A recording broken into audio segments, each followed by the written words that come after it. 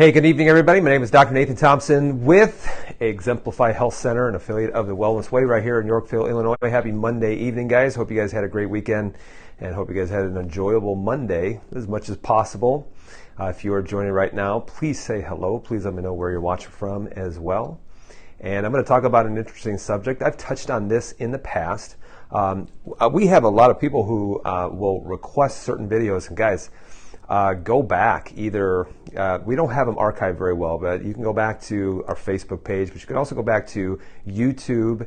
All of those videos are on YouTube, and go back and look, because if you're asking for something to talk about, someone asked about female hormones, guys, we have talked about that a lot. So go back and watch those videos too. We've touched on almost everything. I've been going live for every single week for about 2.5, 3 years, I think. And so we have talked on a lot of stuff, and so there's a pretty big bank of information just on our YouTube page as well. I've talked about osteoporosis a little bit in the past, and I want to talk to you guys about it again from a little bit different perspective. Okay, so osteoporosis, stop taking calcium and do this instead. All right, it's interesting how doctors have misled people in understanding osteoporosis, and I would even say the current recommendations are woefully inadequate, and I'm going to show you the Swiss watch principle as far as why someone will get osteoporosis and why you actually need to look out for it, and why you need to stop taking, just relying on taking calcium and some magnesium and some vitamin D and going walking, thinking that that's going to fix your osteoporosis problem. Okay, so let's talk about osteoporosis from a different perspective, about stop just taking calcium, and here's what you need to do instead. And while I'm waiting for people to jump on right now, again, guys, make sure that you say hello. Let me know where you're watching from. To those people who are registered for the inflammation talk tomorrow night, thank you for doing that. Guys, you're going to be blown out of the water. You're going to see inflammation from a different perspective, and why, once you start handling that first and start to understand what it is and where it's coming from, you'll start to see and start to do health so much differently than even within the natural realm. Okay, I disagree a lot with medical doctors. I disagree a lot with a lot of natural health practitioners, and only the reason is because there's many quote unquote doctors out there that are just doing a protocol, and who they learn it from another doctor, rather than to start to think and start to understand physiology and start to become a doctor and start thinking and start looking at things from a different perspective. Guys, this is why I always run away from anyone who is saying do my protocol, because chances are they didn't even come up with the protocol. They came up with someone else's protocol that they're just following, and really don't have any reason why it's actually working or not working in the first place. So if you're registered for the inflammation talk, thank you so much. I can't wait to see you guys tomorrow night at 6:15 p.m. right here at Exemplify Health Center. And if you haven't registered, you can go to the top of the page if you're from the Chicagoland area and register for it. I think registration stops, at midnight tonight. Also, in addition to that, we have a ton of people registered for our Make Immune System Strong Again webinar.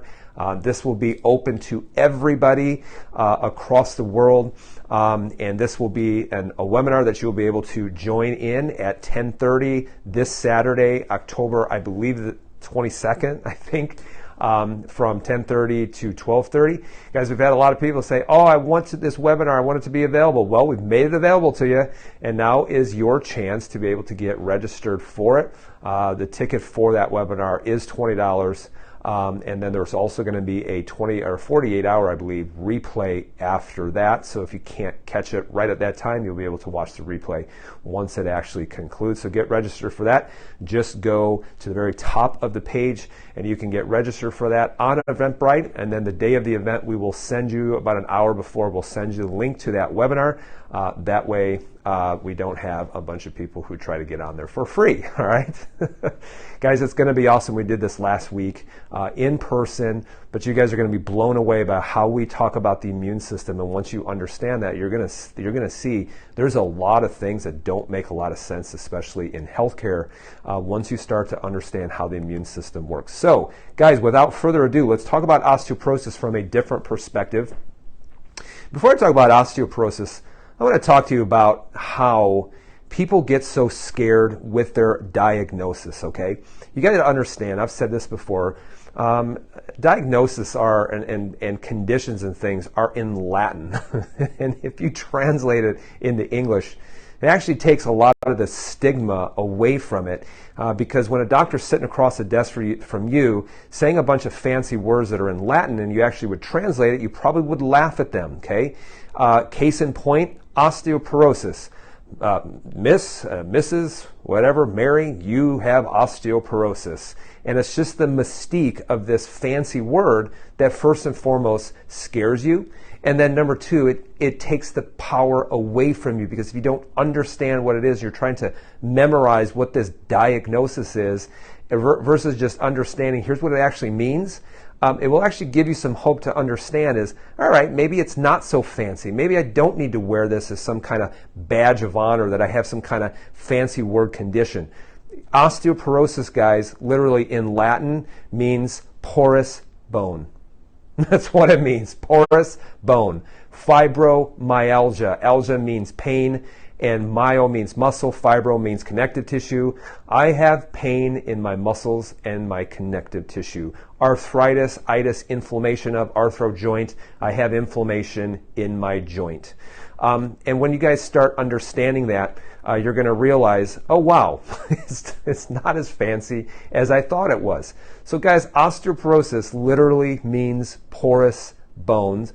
And actually, when I was in school learning anatomy, I remember I had a wonderful teacher that translated it in from Latin into English, and we would always laugh at how they actually name some things, because it even though it sounds fancy, the description of it is just actually almost hilarious. For example, pia mater, okay, pia mater, which is the thin covering of the actual brain.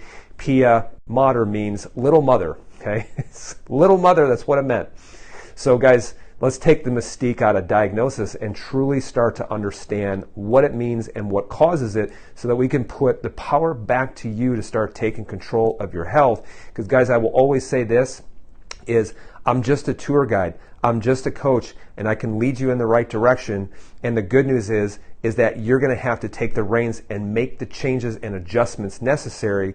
And that is awesome news for some people. For some people, it's really bad news, because it actually means they're going to have to become a different person that got them sick in the first place.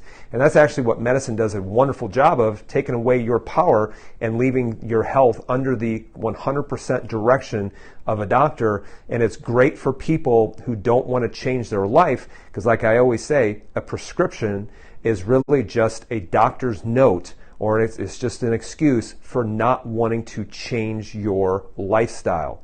Now guys, I always say that there's two different types of people. There's people who don't know that they can heal, and then there's people who don't want to heal. And once you know how to heal, then it only can come down to whether you want to take the necessary steps and changes and challenges in order to heal yourself. Because the greatest physician in the world already lives inside of you. So I always get this question quite a bit, and it's this question: Dr. Nate, why does osteoporosis typically affect more women than men? And I'm going to give you two different reasons why. Number one, because it has to do with androgens, okay? Androgens are things like estradiol. Androgens are also things like testosterone, both of which actually help to build bone. So if you think about men and you think about women, women will have massive hormonal changes after menopause. So this is why they say, hey, you're protected for the most part during your cycling years, because you're going to have higher circulating levels of estradiol, which is actually considered osteoblastic, which is another fancy word for saying bone building, okay? Now, if you look at men, testosterone is also osteoblastic, bone building. And so a man's testosterone is supposed to go up at 12, 13 years of age when they hit puberty, and is supposed to stay high all the way until death. So they should have a high circulating amount of androgens. But if you look at women, their estradiol levels will go up like this until they reach menopause, and estradiol will start to go down, which is why women typically are concerned about things like heart disease, and also things like osteoporosis after menopause, which makes you wonder, maybe these circulating androgens are very, very important in maintaining bone mass. And the other reason why is because women typically stress out a lot more than men, okay? Even though women, the thing that stresses women out the most are men, but women stress out. It's how you are built. You worry a lot more than men, and that's probably, the joke from the start of history, but that's just how you were built. Women will stress out more than men.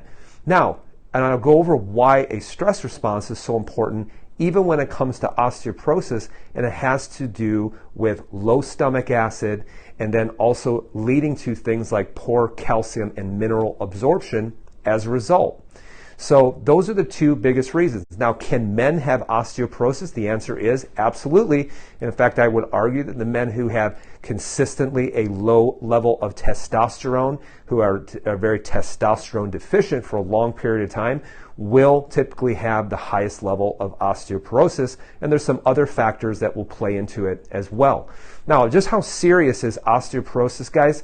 Please share this video, because osteoporosis, when you talk about the annual incidence of certain events, actually things like fractured hips, fractured forearms, fractured spines, and fractures from other sites that are due to osteoporosis actually is a lot more than things like stroke and heart attack, and yes, even breast cancer.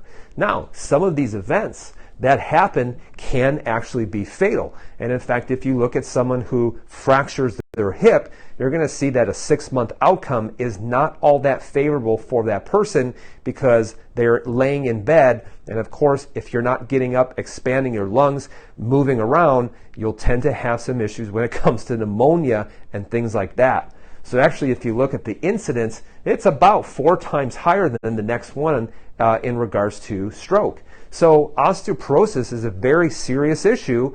The thing is you don't see National Osteoporosis Awareness Month. The people that have the highest amount of, the most notable or the most visible months are the ones that are able to throw a lot of money into it. But there's not a whole lot of money when it comes to osteoporotic fractures. But just to show you this, guys, this is a very, very big problem, and it's something that you don't think about once you hit menopause. It's something that you should be thinking about throughout your life. Same with a lot of other health conditions, because like they always say, an ounce of prevention is worth a pound of cure, okay? Now, what does medicine actually say, has said historically over the last 30 to 40 years? Well, to prevent osteoporosis, here's what you need to do. You need to take more calcium.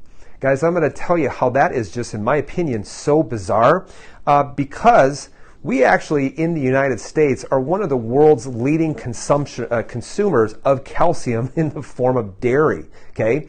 So this says, well, you need to take more calcium. You definitely need to do that. But also, guys, when you look back about 30 or 35 years, is that one of the things that they did in order to prevent osteoporosis, which is really interesting, was that doctors were recommending hormone replacement therapy. The leading one was called Premarin. Premarin is a fancy word for pregnant mare urine. So pregnant mare urine, in which they would give the estrogens from pregnant mare urine. Nobody knew that at the time, but that's why it was called Premarin. And so doctors were recommending that in order to prevent osteoporosis, but in fact what they never measured is how it was getting metabolized by the liver, which is why you saw such a higher incidence now of actually breast cancer, okay? So that was the leading medicine, guys, 30 years ago, 35 years ago. Heck, actually, when I was doing my undergrad work, one of a nurse that was teaching nutrition actually said that I recommend wholeheartedly hormone replacement therapy for women to prevent osteoporosis, even though we think there's an elevated risk of breast cancer, but the data is just not out there yet. Well, I have words for her. Yes, the data is out there. Yes, it's very apparent that this right here killed thousands, if not millions, of women from having unnecessary breast cancer. Just think about this. This right here was considered 25, 30 years ago the premier medicine of the day. And if it changed, it means that it was not right. See, if something is the truth, it will not continually change and evolve over a period of a year, 5 years, 10 years, or 15 years, but actually look and see how much medicine has changed. Heck, even look at the recommendations over the last 2.5 years of this current pandemic fiasco and how they've actually talked out of both sides of their mouth to cover up their story. And the reason why is when the science is changing, it's evolving. No, you knew the science. You knew it from day one. You knew it wasn't right. And then once the research actually came out, well, then you started to change your story. And you think about how medicine changed their story over the last 2 to 2.5 years, makes you wonder, why would I actually trust it in the first place? Why would I actually be trusting my health to doing this and this when we knew that it didn't work, and worse yet, it hurt a lot of people? So this actually comes from Mayo Clinic, okay? I always make the joke in my area, if they can't figure something out, then they're heading up to Mayo's. And I said, well, that's great. Mayo Clinic is very good as far as diagnosing your fancy condition in Latin. But at the end of the day, if they make a diagnosis, then you're going to see the end result is going to just be taking another medication, okay? So Mayo Clinic says osteoporosis treatment, medications can help, okay? So osteoporosis treatment may involve medication along with lifestyle change. Here's what's interesting is I say, why do they always recommend a medication with lifestyle change? To ask your doctor if your cholesterol medication is right for you. If diet and exercise alone doesn't help, and I said, well, of course it's not going to help, because they're actually giving no direction on diet and exercise as far as what will actually work. So of course it's going to fail, and the person's going to fall back on taking a medication, becoming a lifelong consumer for the rest of their life. And so lifestyle change, actually, guys, is enough. But what matters is who you are listening to when it comes to lifestyle change. And so they say if you are undergoing osteoporosis treatment, you're taking a step in the right direction for your bone health. But perhaps you have questions about your therapy. Is the medication you're taking the best one for you? How long will you have to take it? Why does your doctor recommend a weekly pill when your friend takes a pill only once a month? Which osteoporosis medication are usually tried first? The reason why I do this is because I just did a simple Google search, and I said solutions for osteoporosis, and the first thing that came up first was the fact that it's medications. It's not, they don't go over anything that I'm going to go over in the next couple of minutes. So here's my take on osteoporosis medications. If you guys want to see what the side effects are, actually the side effects are actually increase in fracture, increase in jawbone necrosis, or the bone actually dying, another fancy word in Latin, the jawbone actually dying. But I want you to think of when they look at the medication, here's why they think it works. Because basically what they're doing is they're giving you a medication that's either causing those cells within the bone to build bone and or to cause the cells that destroy bone, to help remodel bone, to shut them off. See, your bones are a living being. They are constantly adapting. They are building bone. They are tearing down bone according to a principle along lines of stress. Now, the thing is that if you go and you take one of these medications, the only thing that they're going to do is they're going to do a DEXA scan, and they're going to say, oh, look at that. You have more bone. That's amazing. Your osteoporosis is healing. But it doesn't say anything about the type of bone that you're making and whether that bone is actually stronger or not. And I actually compare it to if you were building a house, adding more bone or more wood, instead of having, the beams at 12 inches apart or 18 inches apart, just adding more at 4 inches apart isn't necessarily going to make it stronger, especially if you're adding more wood along areas that aren't weight bearing. Does that make sense? So all they're really saying is we're just going to add a bunch of more bone, but it isn't really going to be remodeled the way that it's supposed to. It's not going to be remodeled according to lines of stress. We're just adding a bunch of bone, which in reality, the end result is you have more bone, but you don't necessarily have stronger bone, but you can have a lot of side effects as a result. So let's go over, guys, 5 things that I want you to consider when it comes to osteoporosis. And yes, it goes a lot deeper than just dumping a bunch of calcium and vitamin D and going out for a walk every now and then. Here's what I want you guys to consider. Number 1, how is your stomach acid? How's your stomach acid? Most people have so many problems when it comes to stomach acid production, and the reason why is the number 1 reason why people have low stomach acid is actually because of stress, being in fight or flight. So if you're in fight or flight, you are going to have low stomach acid.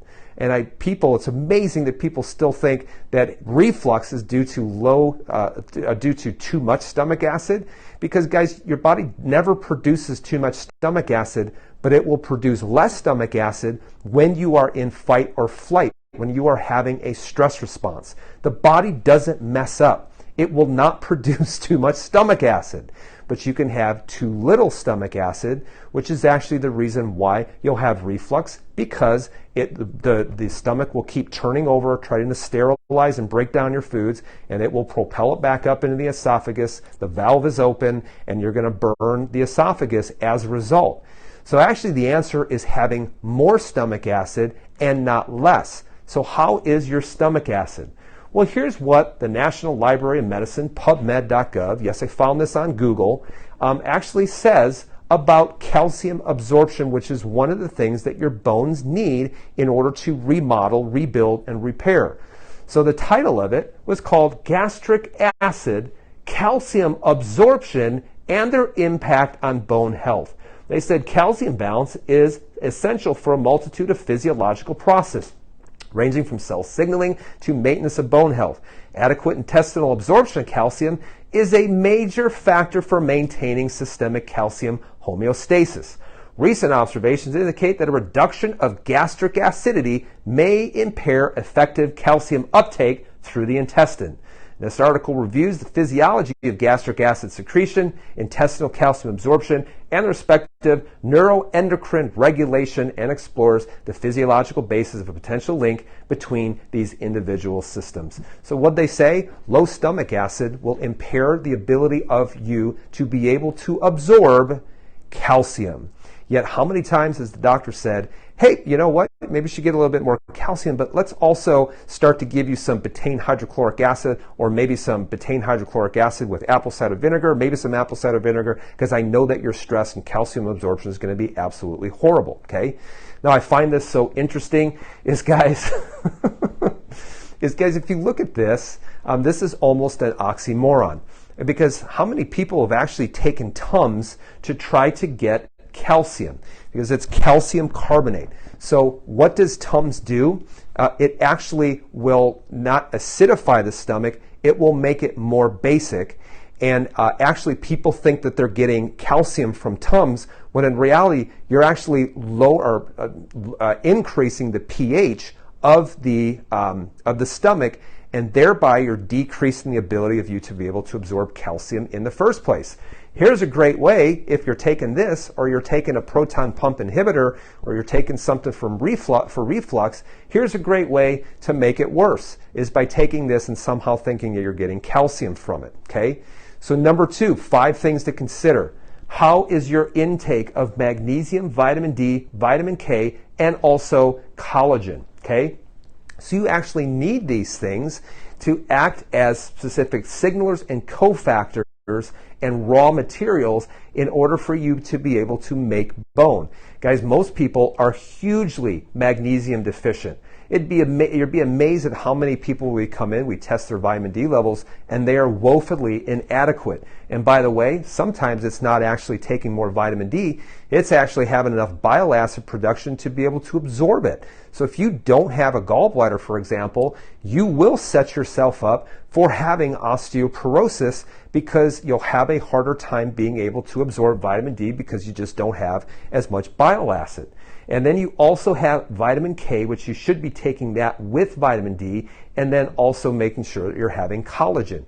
Because bone's not just calcium, it's a matrix of a lot of other things, but a lot of people are very collagen deficient, and the reason why is because they just don't eat things with collagen anymore like we did 100 or 200 years ago.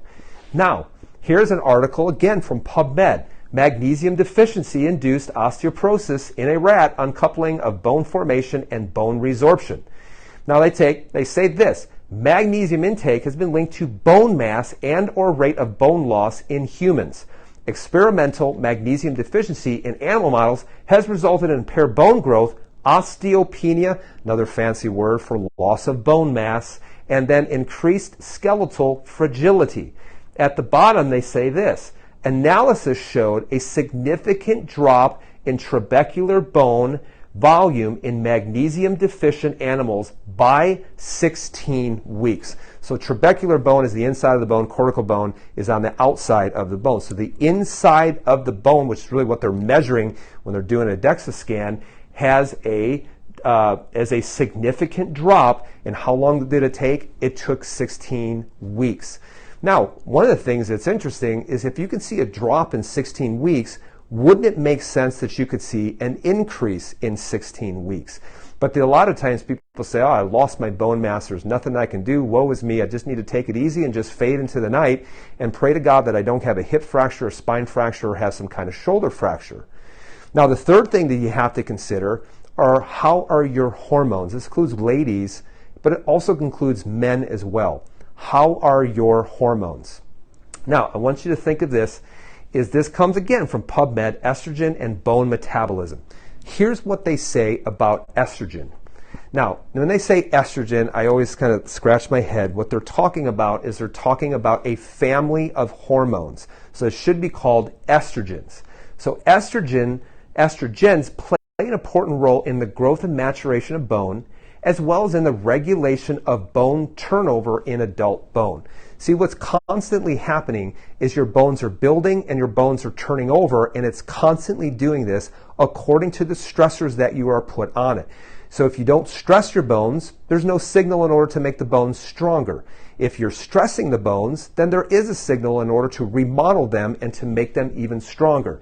Now, what happens is in menopause, estrogen deficiency induces cancellous as well as cortical bone loss. That means bone on the inside and then also on the outside of the bone. Highly increased bone resorption in cancellous bone leads to general bone loss and destruction of local architecture because of penetrative reabsorption and microfractures. Now, here is one of the reasons why, and here's one of the reasons why, ladies, why this happens after menopause, and the reason is this, is because that estrogen regulates the expression of interleukin-6 in bone marrow cells by a so far unknown mechanism, and it's still uncertain if the effects of estrogen on osteoblasts is direct or due to coupling phenomenon between bone formation and reabsorption. The main thing that I want you guys to realize is that it's known as interleukin-6, which is an inflammatory signaler, okay? This is also the reason why you don't see women who are actively cycling have heart attacks. And the reason why is because estrogen actually will regulate the expression of these inflammatory chemicals, which means it's helping with your bone formation, but it's also helping to prevent inflammation of the arteries as well.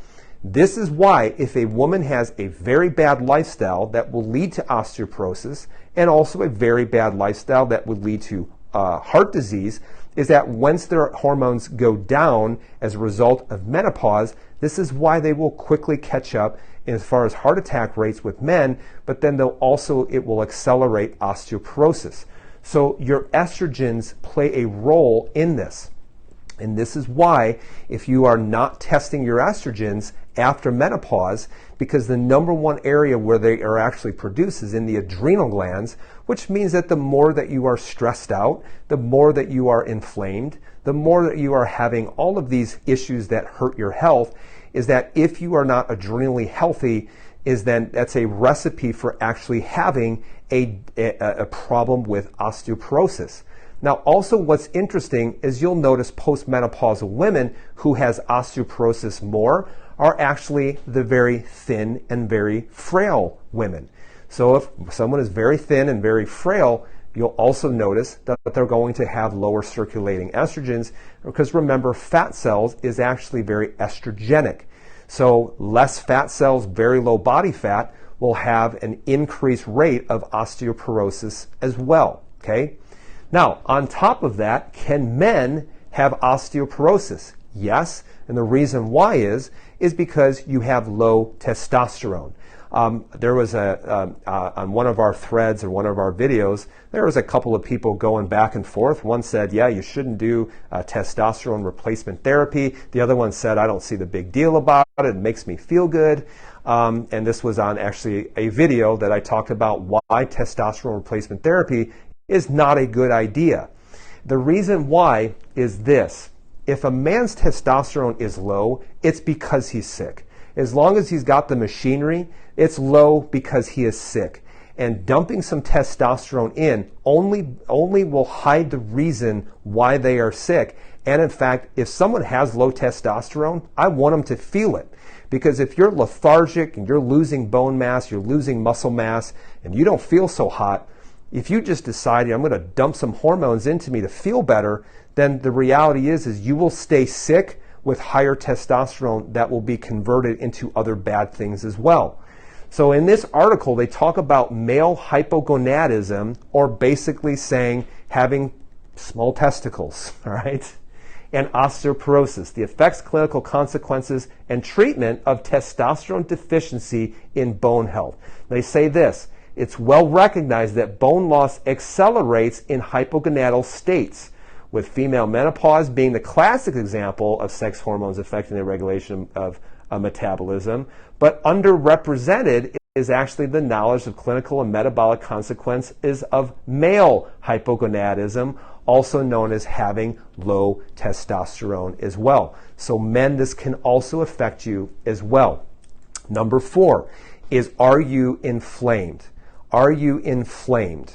So are you inflamed, which is one of the biggest things that we neglect, because if you want to get better, focus on inflammation actually first. No, it's not taking more turmeric with black pepper. No, it's not taking a bunch of boswellia. No, it's not taking a bunch of ginger. It is about finding out why you are inflamed in the first place. So estrogen and bone metabolism, going back to this as well, is what they say. At the cellular level in bone, estrogen inhibits, estrogen inhibits differentiation of osteoclasts, thus decreasing their number and reducing the amount of active remodeling units. This effect is probably mediated through some cytokines, interleukin 1 and interleukin 6 being strongest candidates. Estrogen regulates the expression of interleukin 6 in bone marrow cells by a so far unknown mechanism. So actually estrogen helps to calm down these inflammatory mediators, which it can hide it, but then how many women do you know hit menopause and see a lowering, which is supposed to happen, of their estrogens, and they say, oh my gosh, my whole body hurts.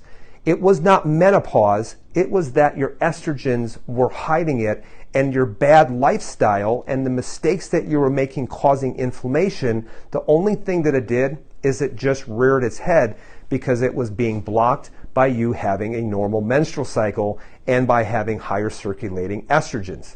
This is also a reason why I believe, and I talked about this at an event that I spoke at for the Children's Health Defense organization, a wonderful organization that was started by RFK Jr., and why I said this is probably the reason why things like having endocarditis and myocarditis is affecting more men, young men, than women, because it's the healthy men who are having a strong immune system response that aren't protected by their estrogens. So actually, the kids that are getting hurt the most are the healthiest, and they're males. The healthy males are getting hurt first, which is why are you actually seeing the highest amount in men ages 18 to 39 years of age? Because they have the least amount of time to cause all of this collateral damage that could cause a decreased immune system response and then also to lower their testosterone. This is my opinion as far as why it's not actually affecting young women as well, is because of their circulating estrogens, okay? This goes into, why do I hurt more after menopause? It's because that the estrogens actually are modulating the inflammatory response, specifically interleukin 6. Okay, so hopefully, guys, that makes sense. Why you go into menopause and then all of a sudden, oh my gosh, it feels like everything is falling apart. Menopause is not an illness. It's a natural progression of life. It's just exposing things that were already there that certain hormones were actually kind of covering up. Okay. And then number 5, guys, this one is just as important, is are you stressing your bones enough? Are you stressing your bones enough? So remember, there is a principle, okay? It's called Wolff's Law. Let me say that again. It's called Wolff's Law, which means it's a law. It's not a theory. It's not a suggestion. It is a law. What's interesting is this is a law, but the very thing on how scientists actually think a muscle can contract is called the sliding filament theory. What's so amazing is that it's only a theory on how muscles contract, but this is a law, which means it is established, and Wolff's Law actually says this: tension and compression cycles create a small electrical potential that stimulates bone deposition and increased density at points of stress. Basically, what it means is this: when you stress a bone, it will lay down the bone according to the type of stress you are putting on it. And that's a law. So let me say this: if you are not stressing a bone more than what you need for everyday life, you are not creating a bone structure that is any stronger than what you are doing in everyday life. Which means if you are just walking thinking you are increasing your bone density, well then what happens if you take a hard step off of a stair? That's more than the impact of walking, and you're going to fracture your hip. So when you look at this, this is why I will say this. Now, guys, I'm always happy that people will walk or get some form of exercise and whatnot. But if you really want to get down to the nitty-gritty of it, you're going to have to do more than just going out and walking. The reason why people don't want to do more than walking is because it's tough, and it takes time, and it's painful, and most people shy away from doing tough things. This is why I go back to the idea of the 2 reasons why people get sick. They didn't know that they could, and once they found out they could, they didn't want to. So you're going to have to train harder than just going out and walking. So the biggest exercises in order to start stressing that bone, and I'm going to say this, is number 1, you have to weight your spine, your hips, and you have to be weighting your shoulders. That's why learning how to do a back squat, for example, just one variation of the squat, actually is loading the lower spine and it's loading the hips. Well, Dr. Nate, there's no way on God's green earth that I can do that. Well, then start the process of progressing towards it. People say, I don't like to squat. And I'm saying you do it every single day if you get on the toilet. You get down and get off of the toilet. You have to squat every single day. But now you need to load it more than what the body is used to, because when that happens, Wolff's Law says, I am going to remodel the bone according to the stress that you are putting it under. The next one is to start loading the lower part of the back and the hips. This is actually known as a deadlift, okay? Yes, this stuff can be scary, but I have a gym which we have experts that teach people how to do it.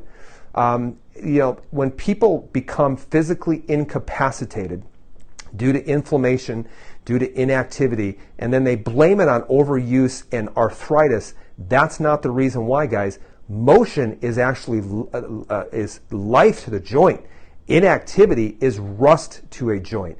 Inactivity means that you will be losing bone because you're not using it. The body finds there's no need in order to remodel it to make it stronger.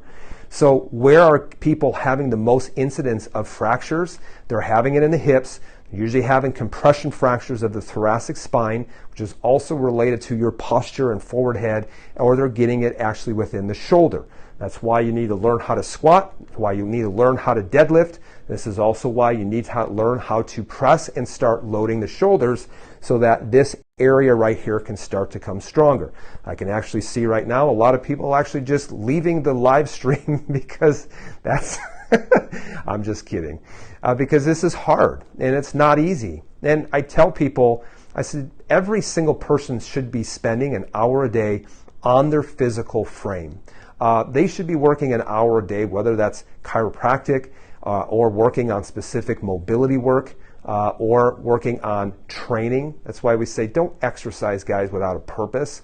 You need to not exercise, and you need to start training. And doing weightlifting, guys, is one of the most important things. Now, people will ask me, I'm sure this will come across as a question, Dr. Nate, what do you think about vibration platforms? 100% absolutely.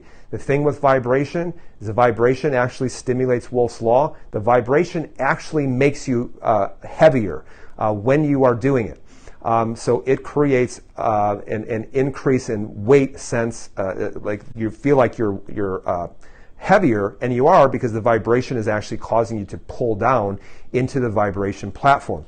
The whole reason why they learned about vibration therapy was because when astronauts would go into space, they would already see some kind of bone demineralization literally within 24 to 48 hours.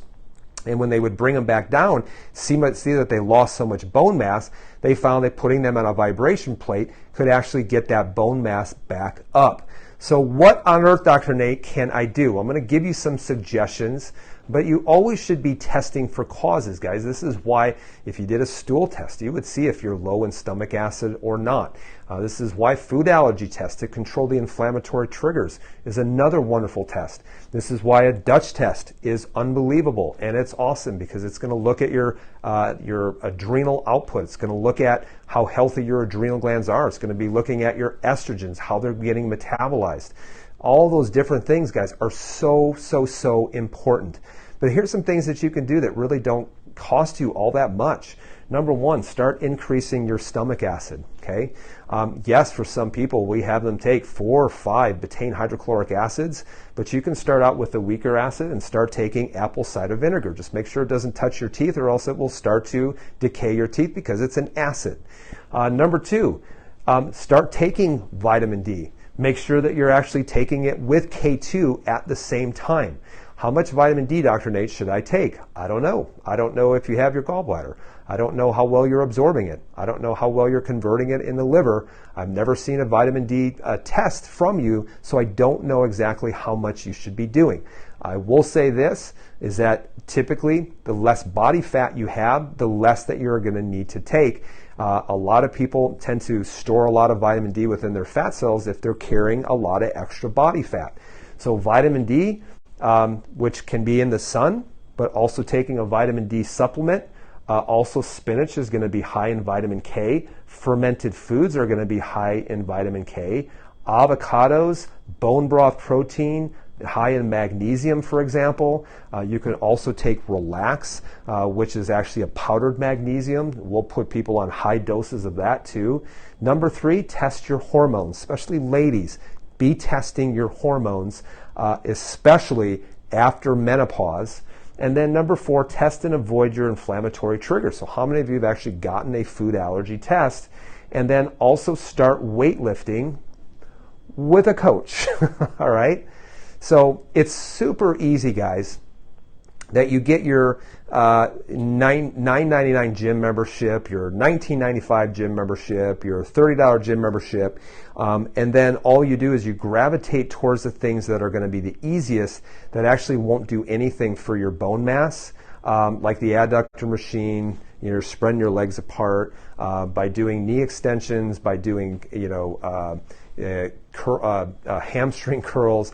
You should actually be working towards doing a full depth squat, and if you can't, then you need to work with someone who knows how to get you there as well.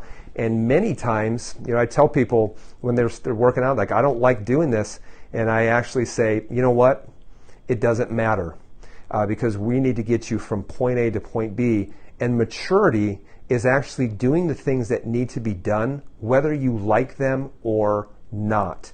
And so you need to start weightlifting with coaches who know how to teach you the proper mechanics, the proper mobility to get you there, and also to know how to teach you how to progress to heavier and heavier. And even if you're 60, even if you're 70 years of age, guys, the main thing that I will tell you is that everybody can improve. you can improve, but you have to be able to start somewhere, okay? So guys, coming up again, Approach to Inflammation tomorrow night at 6:15. Thank you to those who have already registered. We do have some spots available for us, so make sure that you go to the top of the page. If you're from the Chicagoland area, go to the top of the page and register for this event. Make sure you do it before midnight tonight. If you can't register, just call our office and then we'll get you registered for that event. And then guys, if you haven't registered for Make Immune System Strong Again, please register for that.